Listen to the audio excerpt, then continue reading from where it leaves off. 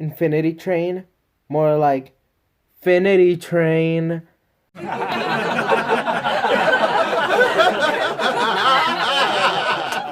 Hey, what up, guys? Welcome to a new episode of Crabby Reviews, the show where we review movies and TV shows.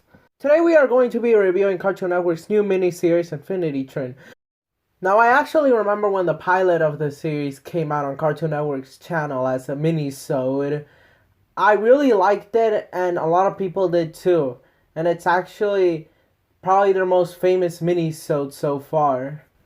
So I guess with such high demand, no wonder Cartoon Network was gonna pick it up. The only problem is that when it came out, I didn't think that this would work as a series because it was story driven and because a lot of shows did not match the feel, the aesthetic of it.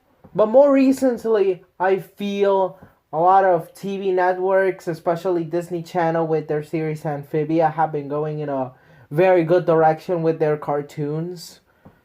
It made sort of sense that this would be created, but it wouldn't be made into a full-fledged TV show, and instead it'd be a mini-series, which I think fits it a little bit better.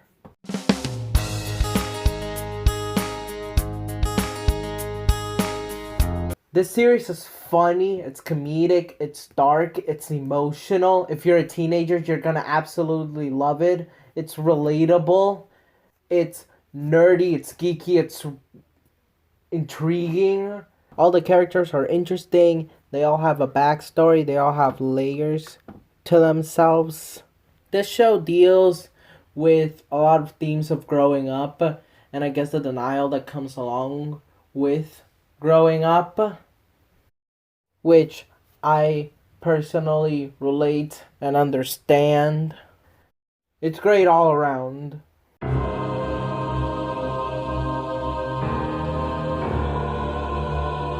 This is the part where I'm probably gonna spoil a few things along the way because I'm gonna give more fleshed out opinions on this show. Now, one of the main plot points of the show is that Tulip's parents are getting divorced, and she doesn't know how to cope with that. Now, I can't relate to this because my parents have been together for as long as I've been born. But I can relate to her a little bit because as a kid, you grow up, you see the good times in your parents' relationship, you see the bad times in their relationship. Since you're a kid, your brain doesn't comprehend it all. And I think the series does a great job in showing kids, or maybe comforting kids that are going through divorces right now, that it's nothing to fear, it's nothing to worry about. This show gets dark, and it's not afraid to get dark. There were many implied scenes of death.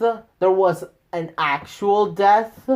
But the show is also funny. It isn't like every moment is dark and deep. Of course, there's mystery elements to it, but you gotta get laughs somehow. I also like how this show wraps up a lot of the plot points around it and doesn't just leave them open end. Like, I mean, maybe not everything was answered, but it was a very satisfying conclusion to everything. I don't see that many cons in this show because I overall really love it, but to take off my rose-tinted glasses, there were a lot of moments in the show that made me feel uneasy. Overall, I want to give Infinity Train 5 trains out of 5. It's one of my favorite shows ever, and it's not perfect, but it's probably one of the best cartoons I've ever watched. Your pretty ladies around the world got a weird thing to show you that all the boys and girls and your brother, your sister, and your mama too are about to go down, and you know that this your hands in the